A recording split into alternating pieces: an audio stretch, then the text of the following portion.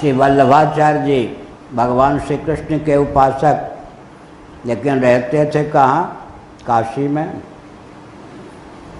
तुलसीदास जी राम जी के उपासक, रहते कहाँ थे? काशी में। इसका अर्थ है कि उनके लिए व्यापी वैकुंठ, हर धाम में हर धाम की प्रतिष्ठा है। सर्वम सर्वमयम सर्वे जीवाः सर्वमयाः। कल या परसों इसकी छोटी सी व्याख्या हमने की थी।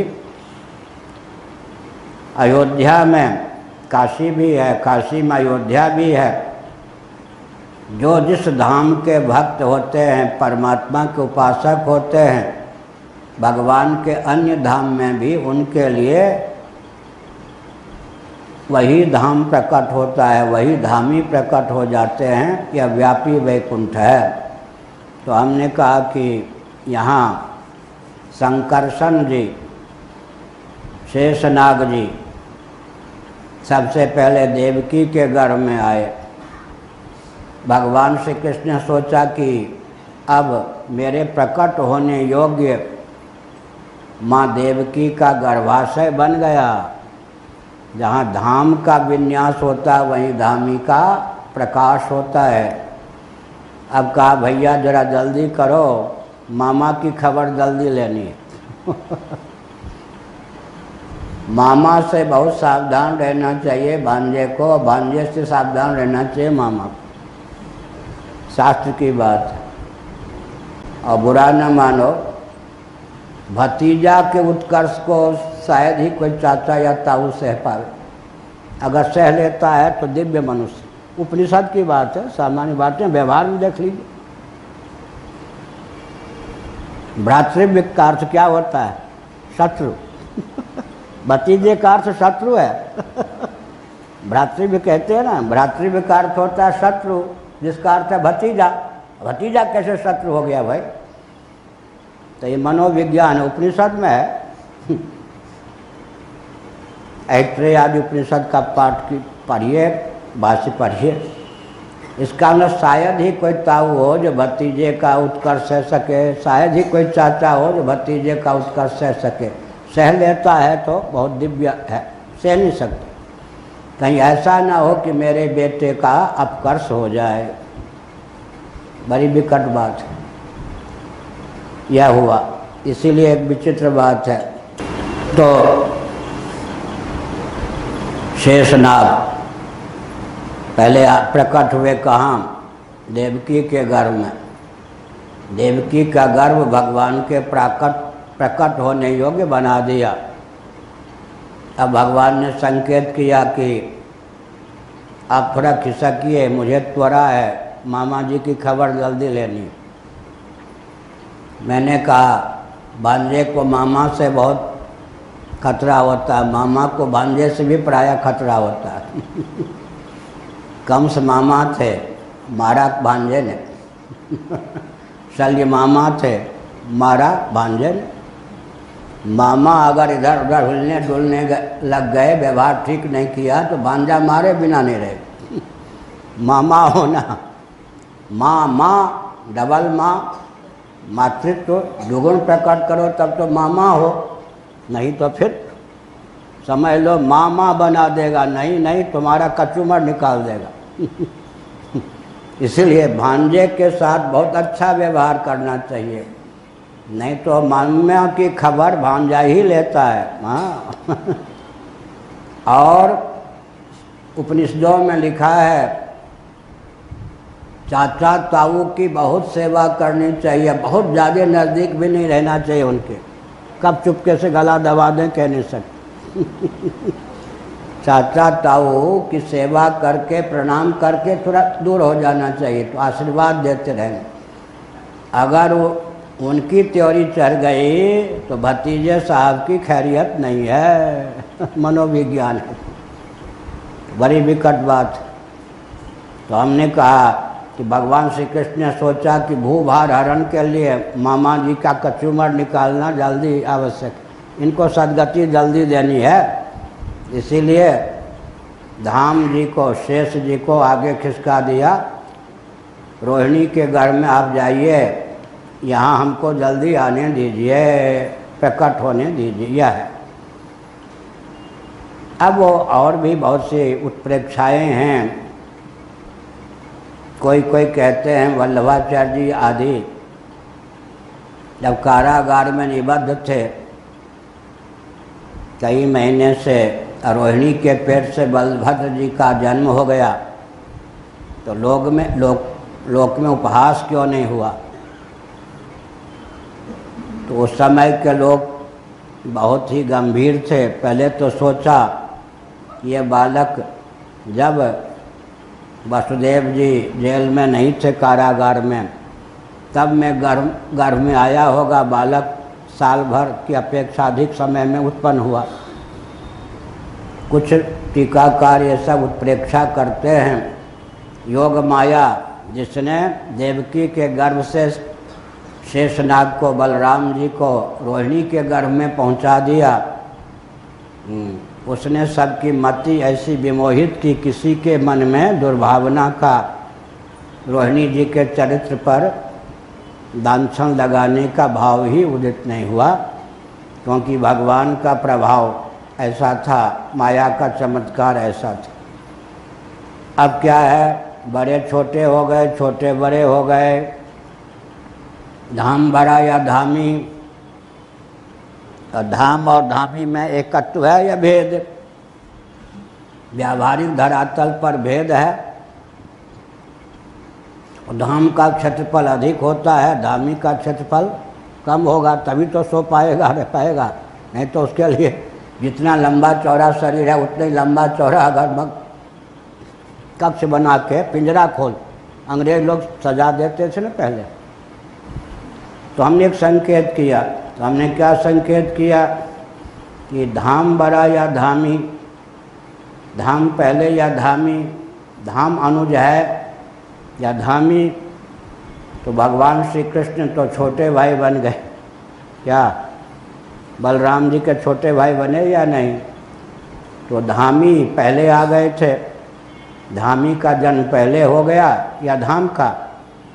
धामी माने श्री कृष्ण पहले नहीं आ पाए, धामी धाम को उन्होंने भेज दिया पहले, बलराम जी बड़े हो गए।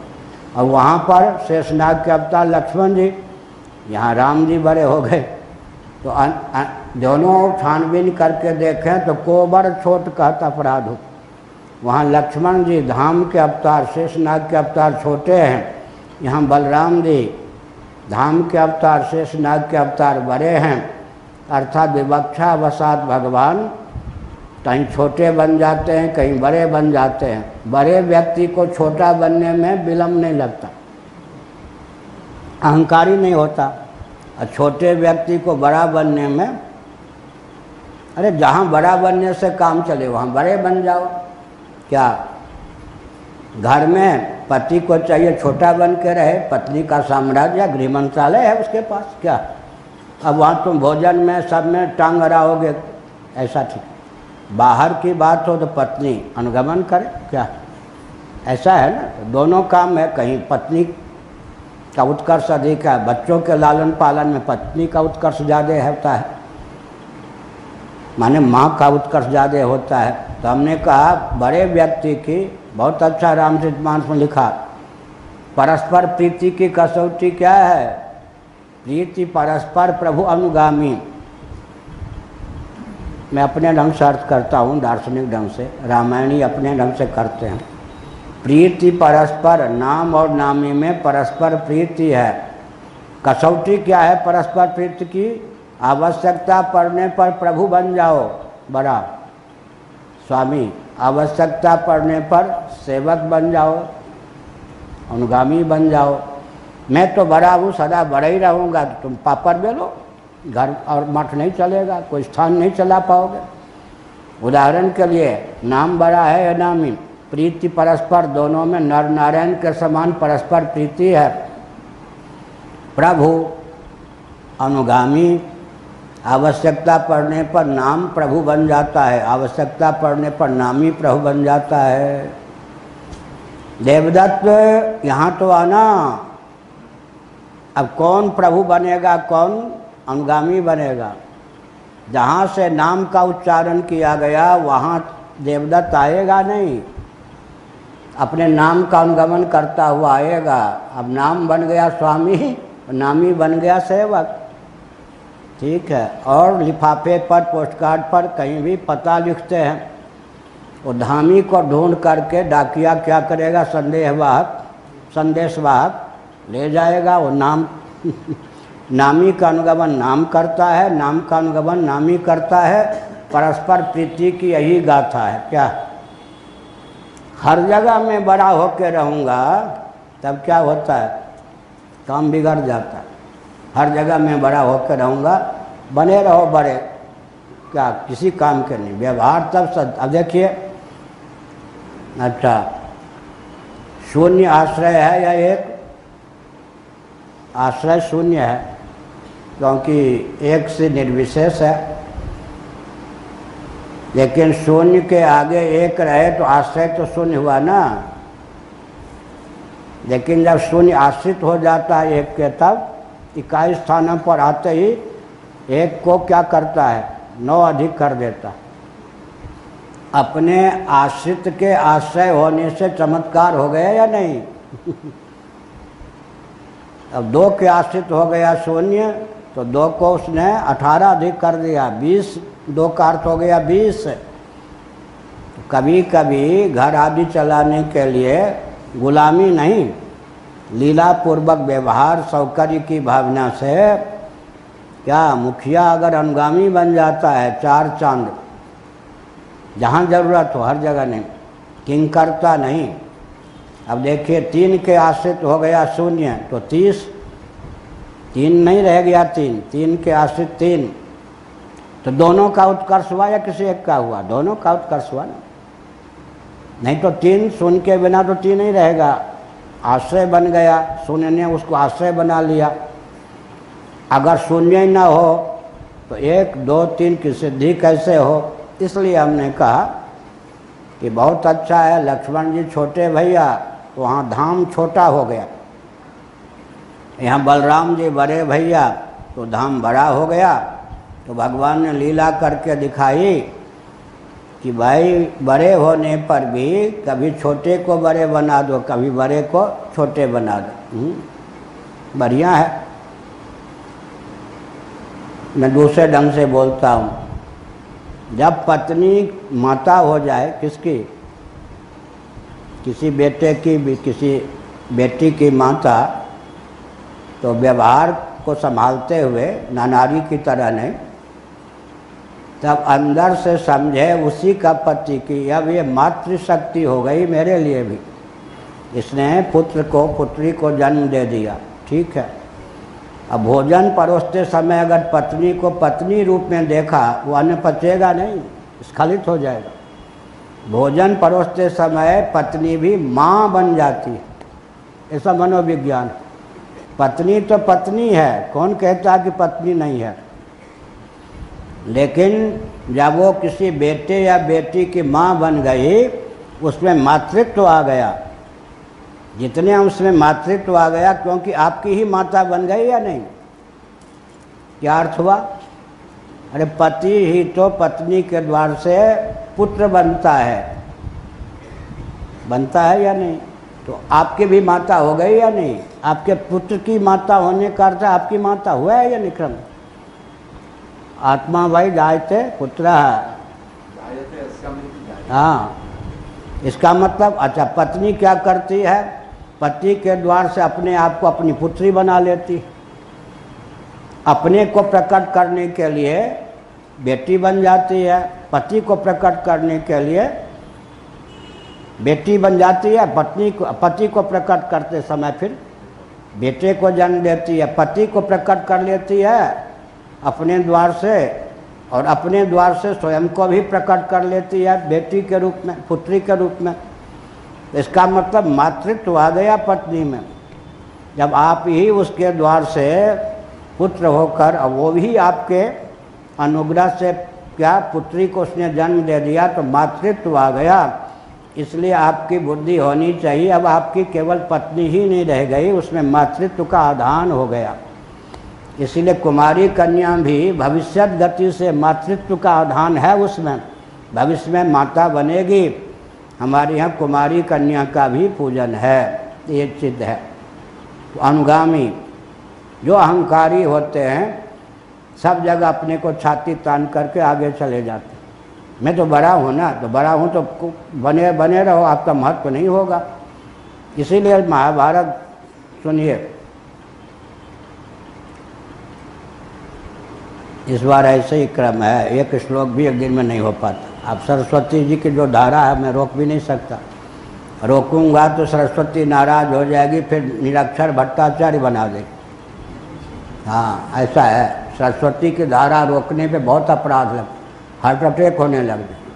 वो हम लोगों के बस की बात नहीं होती, हम लिखते चलते। अभी गणित पे लिखना शुरू किया, आज ही जो लिखा है पुराण गणित में ढाल दिया गया, पुराण के 10 लक्षण गणित में आ गए, जो भी शंकर भाष्य पढ़ाया है वो सब गणित में ढल गया, पूरा शास्त्रार्थ गणित में ढल गया। अब वहाँ हम नहीं रोक सकते, हम अगर रोकना चाहेंगे सरस्वती कुपित हो जाएगी। सरस्वती की रक्षा के लिए फिर क्या होता है, कम धारा चलावे तो कम, अधिक धारा चलावे तो अभी कोई हम ठेके पे कथा थोड़े कह रहे हैं। 26 साल में 6 स्कंद तक पहुँचे हैं क्या, 26 साल में 1 घंटा कम से कम रोज। अब चौमासे में 3 महीने, अधिक मास हो जाए तो 3 महीने, नहीं तो 2 महीने रोज कथा कहते हैं। हमने संकेत किया तो क्या हो गया, लक्ष्मण जी के रूप में छोटे भाई, बलराम जी के रूप में बड़े भाई। व्यवहार में कभी धामी छोटा, कभी धाम छोटा, कभी धामी बड़ा, कभी धाम बड़ा। और परमार्थ में न कोई छोटा न कोई बड़ा, जो धाम है वही धामी, जो धामी है वही धाम। धामना स्वेन सदा निरस्त कुहकम सत्यम परम धीमहि। धाम का अर्थ है स्वप्रकाश, ऊपर एक है, चित प्रधान, चिदानंद प्रधान भगवान की अभिव्यक्ति धाम है। सदानंद प्रधान भगवान की अभिव्यक्ति धामी है। इसलिए जो धाम है वही धामी है, जो नाम है वही नामी है। चिदानंद प्रधान भगवान की अभिव्यक्ति नाम है, सदानंद प्रधान भगवान की अभिव्यक्ति नामी है। नाम और नामी दोनों मूल में एक हैं। मात्रा और पाद मांडूक्य उपनिषद के अनुसार दोनों मूल में एक हैं। ये ऊपर की व्याख्या, ऊपरी आमदनी। आत्मानंदानुभूत्यैव न्यस्त शक्त्योर्मये नमः। ऋषिकेशाय महते नमस्ते विश्वमूर्तये। यहाँ वासुदेव, प्रद्युम्न, अनिरुद्ध, संकर्षण चारों की स्तुति की जा रही है। संकर्षण माने बलराम, केवल बलराम जी की ही नहीं, चतुर्व्यूह, चतुर्व्यूह की स्तुति की जा रही है। चित्त के योग से जिसका नाम वासुदेव है, बुद्धि के योग से जिसका नाम प्रद्युम्न है, मन के योग से जिसका नाम अनिरुद्ध है, जिसकी गति कहीं भी रुद्ध ना हो, अनिरुद्ध, और अहंकार के योग से जिसका नाम संकर्षण है। और स्वतः जो क्या है, चित्त, बुद्धि, मन और अहंकार जब एक हो जाते हैं, एक ही भूत, तो ये चतुर्व्यूह एक के रूप में शेष रहता है। फिर वो लक्ष्यार्थ भूमि में अखंड विज्ञानात्मा हो के रूप में शेष रहता है। उसकी व्याख्या नमो विज्ञान मात्राएं कह के कर दी गई। 20वां श्लोक। भगवान चतुर्व्यूह रूप भगवान कौन है? स्वरूप भूत जो आनंद है, उसी की अनुभूति से जो राग द्वेष इत्यादि विकार हैं, सब पर जिन्होंने विजयश्री पहले से ही, आरंभ से ही, अनादिकाल से ही प्राप्त कर रख ली है। राग द्वेष आदि का तिरस्कार बहुत ऊंचा तथ्य है। सब जगह मनोविज्ञान, अद्भुत मनोविज्ञान। एक अध्याय भी श्रीमद् भागवत का ठीक से व्यक्ति अध्ययन कर ले, इतनी बुद्धि विशद हो सकती है। हमको बहुत कष्ट होता है जिस देश में महाभारत जैसा ग्रंथ, भागवत जैसा ग्रंथ, ईशान उपनिषद जिस देश में, उसकी यह दुर्दशा मारहिम वही कुमारगामी, माने सारा भारत की दुर्दशा का अर्थ क्या है? अंग्रेजों की कूटनीति को अभिशाप न समझकर वरदान समझना, पहला हेतु भारत की दुर्दशा का यह है। पाश्चात्य जगत का अंधानुकरण करना, ये दो भारत की दुर्गति के हेतु हैं। और मुझे कष्ट इस बात को लेकर है, कोई भी राजनेता और राजनीतिक दल इन दोनों बिंदुओं पर ध्यान ही नहीं देना चाहते। भारत को संभालना है, रक्षा भारत की करनी है, तो अंग्रेजों की दुराभिसंधि कूटनीति को अभिशाप समझिए, शिक्षा पद्धति आदि वरदान मत समझिए। दूसरी बात क्या है? पाश्चात्य जगत की अंधानुकृति मत कीजिए। वैदिक वाङ्मय के आधार पर जो विकास की परिभाषा है, उसके क्रियान्वयन की प्रोसेस मेथड या स्वस्थ विधा है, उसका अनुगमन कीजिए, राष्ट्र का उत्कर्ष होगा। वहाँ तो 1200 वर्षों से नहीं तो कम से कम स्वतंत्रता के बाद 71 वर्षों से जो राष्ट्र की दुर्गति हुई है, 71 महीने में बहुत आसानी से सब पर पानी फेरा जा सकता। आपको आश्चर्य होगा, जितेंद्र जी जानते हैं, मनोज जी जानते, बहुत सी बात तो यही स्वामी जी, जितेंद्र जी, मनोज जी, यही 2-3 व्यक्ति जानते। रथ यात्रा में गरवरी 108 वर्षों से थी। हमारे 40 पेज के निर्णय ने निर्णय हमने पहले लिख लिया था, जितू जी को, मनोज जी को, स्वामी जी को मालूम है, लेकिन 4 महीने लगाया। निर्णय तो हमने 4 दिन में लिख के रख लिया था, कंपोज करके।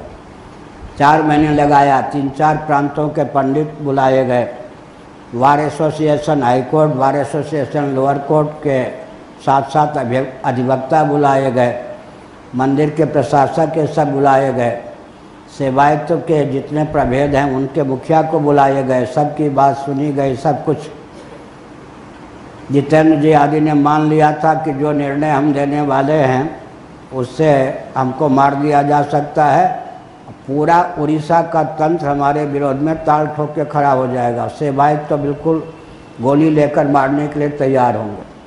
कुछ भी तो नहीं हुआ। अब सरकार की लाचारी कहें या प्रसन्नता चाहें, सरकार ने उसको क्रियान्वित करने के लिए अपनी शक्ति लगा दी। 108 वर्ष की दिशाहीनता जी 8 दिन में समाप्त।